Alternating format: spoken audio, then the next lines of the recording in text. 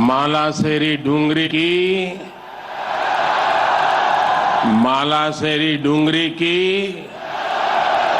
साड़ू माता की सवाई भोज महाराज की देवनारायण भगवान की साड़ू माता गुर्जरी की ई तपोभूमि महादानी बगड़ावत सुरवीरारी कर्मभूमि और देवनारायण भगवान री जन्मभूमि मालासेरी डूंगरी न मारो प्रणाम।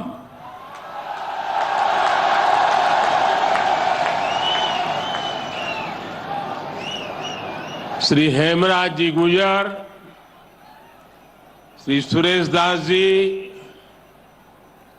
दीपक पाटिल जी, राम प्रसाद दाबाई जी, अर्जुन मेघवाल जी, सुभाष बहेड़िया जी और देश भर से पधारे मेरे प्यारे भाई और बहनों,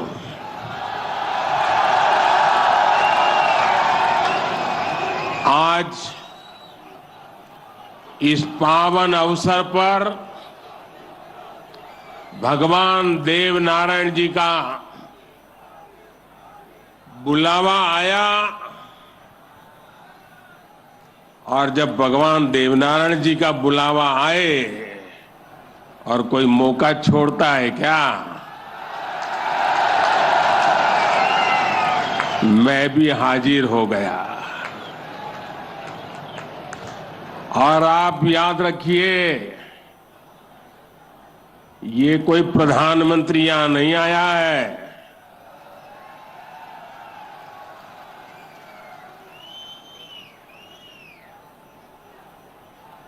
मैं पूरे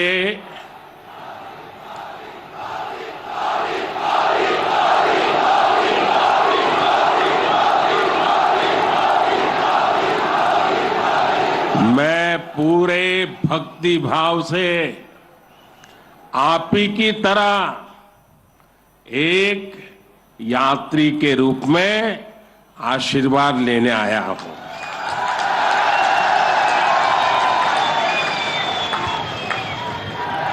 अभी मुझे यज्ञशाला में पूर्णाहुति देने का भी सौभाग्य मिला। मेरे लिए ये भी सौभाग्य का विषय है कि मुझ जैसे एक सामान्य व्यक्ति को आज आपके बीच आकर के भगवान देवनारायण जी का और उनके सभी भक्तों का आशीर्वाद प्राप्त करने का ये पुण्य प्राप्त हुआ है। भगवान देवनारायण और जनता जनार्दन दोनों के दर्शन करके मैं आज धन्य हो गया हूं।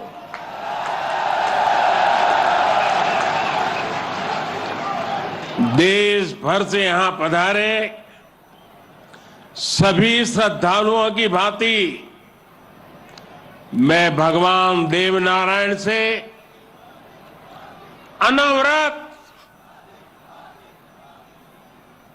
राष्ट्र सेवा के लिए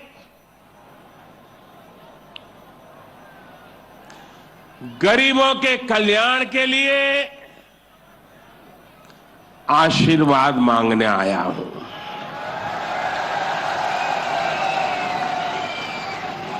साथियों, ये भगवान देवनारायण का 1111वां अवतरण दिवस है। सप्ताह भर से यहां इससे जुड़े समारोह चल रहे हैं। जितना बड़ा ये अवसर है, उतनी ही भव्यता, उतनी दिव्यता, उतनी ही बड़ी भागीदारी गुर्जर समाज ने सुनिश्चित की है। इसके लिए मैं आप सभी को बधाई देता हूं। समाज के प्रत्येक व्यक्ति के प्रयास की सराहना करता हूं। भाइयों और बहनों, भारत के हम लोग हजारों वर्षों पुराने अपने इतिहास, अपनी सभ्यता, अपनी संस्कृति पर गर्व करते हैं। दुनिया की अनेक सभ्यताएं समय के साथ समाप्त हो गई, परिवर्तनों के साथ खुद को ढाल नहीं पाई।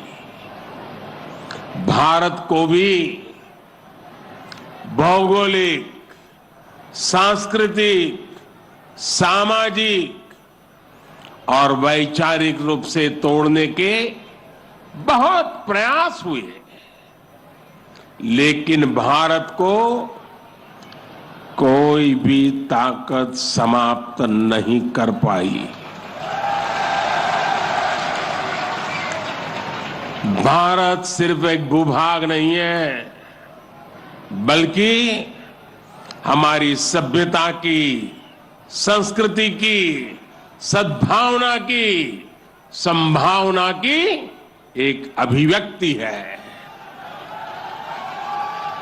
इसलिए आज भारत अपने वैभवशाली भविष्य की नींव रख रहा है। और जानते हैं, इसके पीछे सबसे बड़ी प्रेरणा, सबसे बड़ी शक्ति क्या है? किसकी शक्ति से, किसके आशीर्वाद से भारत अटल है, अजर है, अमर है? मेरे प्यारे भाइयों और बहनों, ये शक्ति हमारे समाज की शक्ति है। देश के कोटि कोटि जनों की शक्ति है। भारत की हजारों वर्षों की यात्रा में समाज शक्ति की बहुत बड़ी भूमिका रही है। हमारा ये सौभाग्य रहा है कि हर महत्वपूर्ण काल में हमारे समाज के भीतर से ही एक ऐसी ऊर्जा निकलती है जिसका प्रकाश सबको दिशा दिखाता है, सबका कल्याण करता है। भगवान देवनारायण भी ऐसे ही ऊर्जा पुंज थे, अवतार थे, जिन्होंने अत्याचारियों से हमारे जीवन और हमारी संस्कृति की रक्षा की। देह रूप में मात्र 31 वर्ष की आयु बिताकर जनमानस में अमर हो जाना सर्वसिद्ध अवतार के लिए ही संभव है। उन्होंने समाज में फैली बुराइयों को दूर करने का साहस किया, समाज को एकजुट किया, समरसता के भाव को फैलाया। भगवान देवनारायण ने समाज के विभिन्न वर्गों को साथ जोड़कर आदर्श व्यवस्था कायम करने की दिशा में काम किया। यही कारण है कि भगवान देवनारायण के प्रति समाज के हर वर्ग में श्रद्धा है, आस्था है। इसलिए भगवान देवनारायण आज भी लोक जीवन में परिवार के मुखिया की तरह है। उनके साथ परिवार का सुख दुख बांटा जाता है। भाई और बहनों, भगवान देवनारायण ने हमेशा सेवा और जन कल्याण को सर्वोच्चता दी। यही सीख, यही प्रेरणा लेकर हर श्रद्धालु यहां से जाता है। जिस परिवार से वे आते थे, वहां उनके लिए कोई कमी नहीं थी, लेकिन सुख सुविधा के बजाय उन्होंने सेवा और जन कल्याण का कठिन मार्ग चुना। अपनी ऊर्जा का उपयोग भी उन्होंने प्राणी मात्र के कल्याण के लिए किया। भाई और बहनों, भला जी भला, देव भला।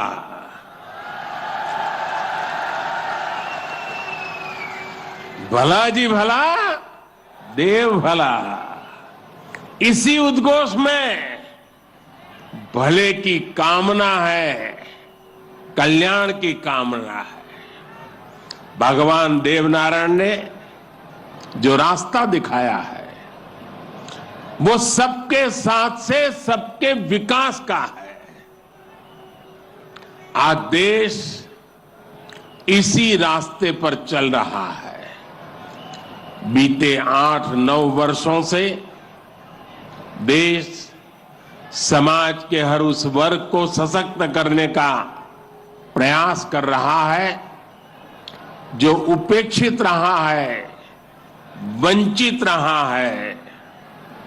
वंचितों को वरीयता, इस मंत्र को लेकर के हम चल रहे हैं। आप याद करिए, राशन मिलेगा या नहीं, कितना मिलेगा, ये गरीब की कितनी बड़ी चिंता होती थी। आज हर लाभार्थी को पूरा राशन मिल रहा है, मुफ्त मिल रहा है। अस्पताल में इलाज की चिंता को भी हमने आयुष्मान भारत योजना से दूर कर दिया है। गरीब के मन में घर को लेकर टॉयलेट, बिजली, गैस कनेक्शन को लेकर चिंता हुआ करती थी, वो भी हम दूर कर रहे हैं। बैंक से लेन देन भी कभी बहुत ही कम लोगों के नसीब होती थी। आज देश में सभी के लिए बैंक के दरवाजे खुल गए हैं। साथियों, पानी का क्या महत्व होता है, ये राजस्थान से भला बेहतर कौन जान सकता है। लेकिन आजादी के अनेक दशकों बाद भी देश के सिर्फ 3 करोड़ परिवारों तक ही नल से जल की सुविधा थी। 16 करोड़ से ज्यादा ग्रामीण परिवारों को पानी के लिए संघर्ष करना पड़ता था। बीते 3.5 वर्षों के भीतर देश में जो प्रयास हुए हैं, उसकी वजह से अब 11 करोड़ से ज्यादा परिवारों तक पाइप से पानी पहुंच चुक लगा है। देश में किसानों के खेत तक पानी पहुंचाने के लिए भी बहुत व्यापक काम देश में हो रहा है। सिंचाई की पारंपरिक योजनाओं का विस्तार हो या फिर नई तकनीक के सिंचाई, किसान को आज हर संभव मदद दी जा रही है। छोटा किसान जो कभी सरकारी मदद के लिए तरसता था, उसे भी पहली बार पीएम किसान सम्मान निधि से सीधी मदद मिल रही है। यहां राजस्थान में भी किसानों को पीएम किसान सम्मान निधि के तहत 15,000 करोड़ रुपए से अधिक सीधे उनके बैंक खातों में भेजे गए हैं। साथियों, भगवान देवनारायण ने गौ सेवा को समाज सेवा का, समाज के सशक्तिकरण का माध्यम बनाया था। बीते कुछ वर्षों से देश में भी गौ सेवा का ये भाव निरंतर सशक्त हो रहा है। हमारे यहां पशुओं में खुर और मुंह की बीमारियां, खुरपका और मुंहपका कितनी बड़ी समस्या थी, ये आप अच्छी तरह जानते हैं। इससे हमारी गायों को, हमारे पशुधन को मुक्ति मिले, इसलिए देश में करोड़ों पशुओं के मुफ्त टीकाकरण का बहुत बड़ा अभियान चल रहा है। देश में पहली बार गौ कल्याण के लिए राष्ट्रीय कामधेनु आयोग बनाया गया है। राष्ट्रीय गोकुल मिशन से वैज्ञानिक तरीकों से पशुपालन को प्रोत्साहित करने पर बल दिया जा रहा है।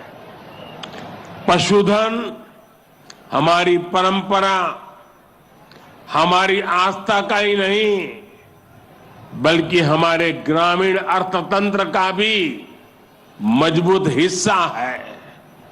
इसलिए पहली बार पशुपालकों के लिए भी किसान क्रेडिट कार्ड की सुविधा दी गई है। आज पूरे देश में गोवर्धन योजना भी चल रही है। ये गोबर सहित खेती से निकलने वाले कचरे को कंचन में बदलने का अभियान है। हमारे जो डेयरी प्लांट है, वे गोबर से पैदा होने वाली बिजली से ही चले, इसके लिए भी प्रयास किए जा रहे हैं। साथियों, पिछले वर्ष स्वतंत्रता दिवस के अवसर पर मैंने लाल किले से पंच प्राणों पर चलने का आग्रह किया था।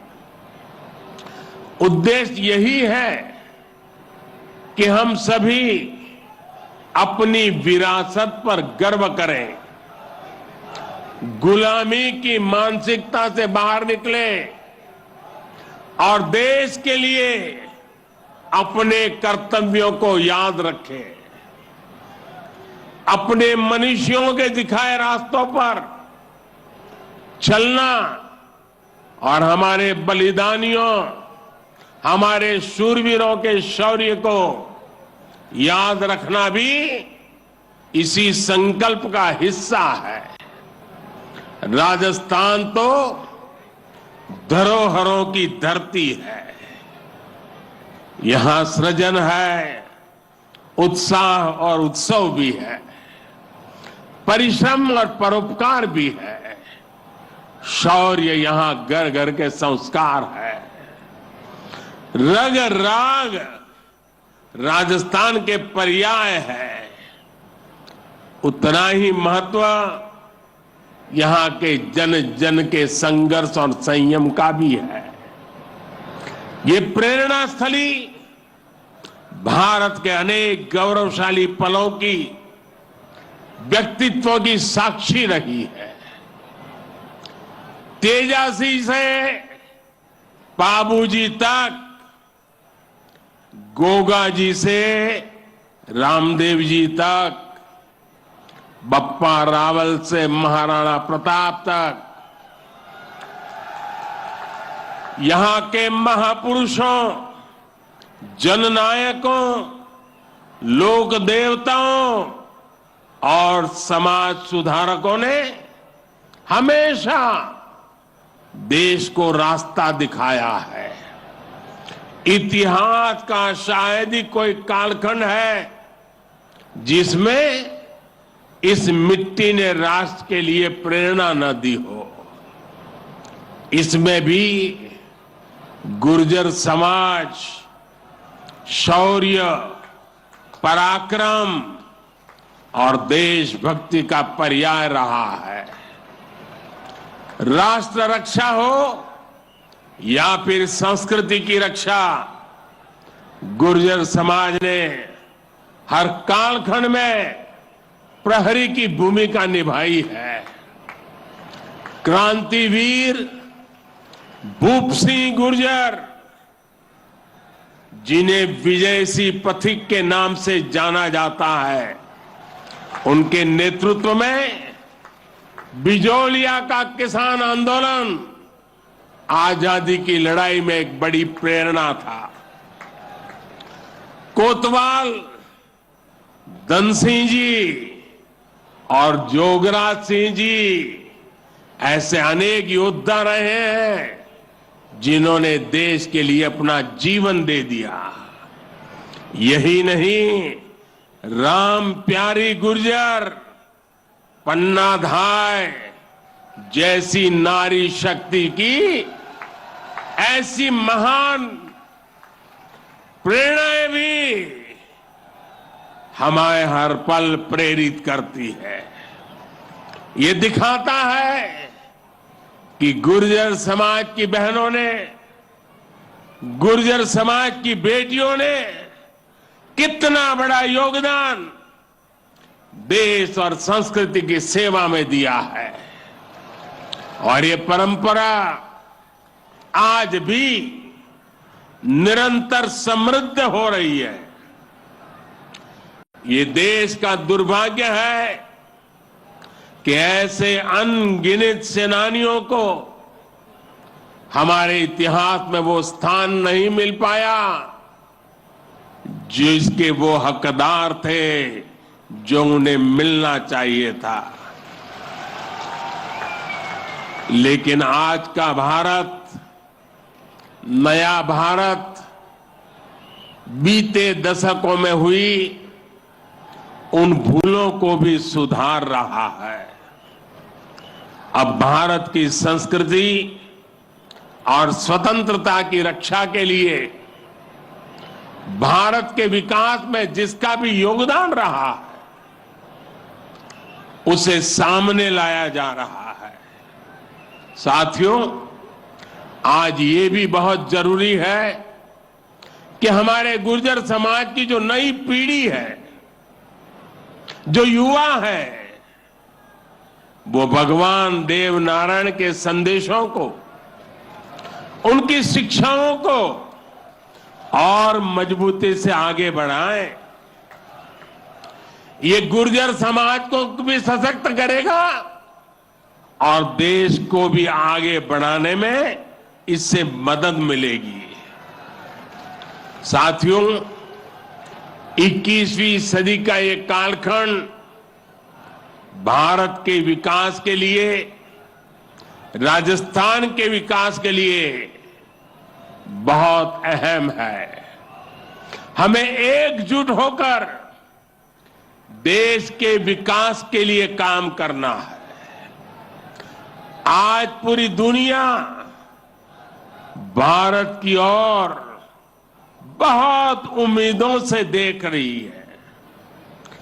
भारत ने जिस तरह पूरी दुनिया को अपना सामर्थ्य दिखाया है, अपना दमखम दिखाया है, उसने शूरवीरों की इस धरती का भी गौरव बढ़ाया है।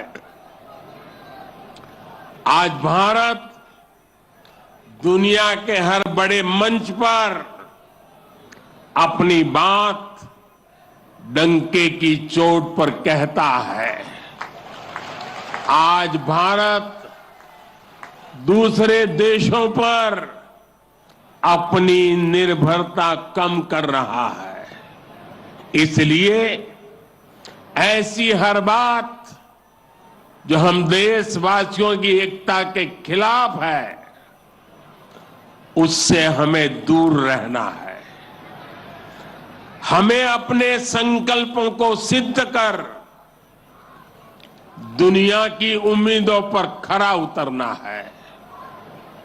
मुझे पूरा विश्वास है कि भगवान देव नारायण जी के आशीर्वाद से हम सब जरूर सफल होंगे। हम कड़ा परिश्रम करेंगे, सब मिलकर के करेंगे। सबके प्रयास से सिद्धि प्राप्त होके रहेगी। और ये भी देखिए कैसा संयोग है, भगवान देवनारायण जी का 1111वां अवतरण वर्ष। उसी समय भारत की G20 की अध्यक्षता, और उसमें भी भगवान देवनारायण का अवतरण कमल पर हुआ था।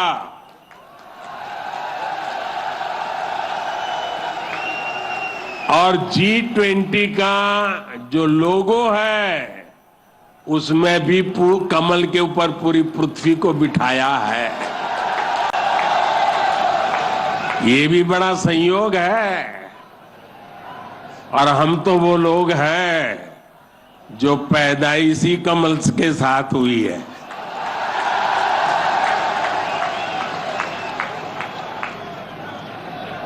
और इसलिए हमारा आपका नाता कुछ गहरा है।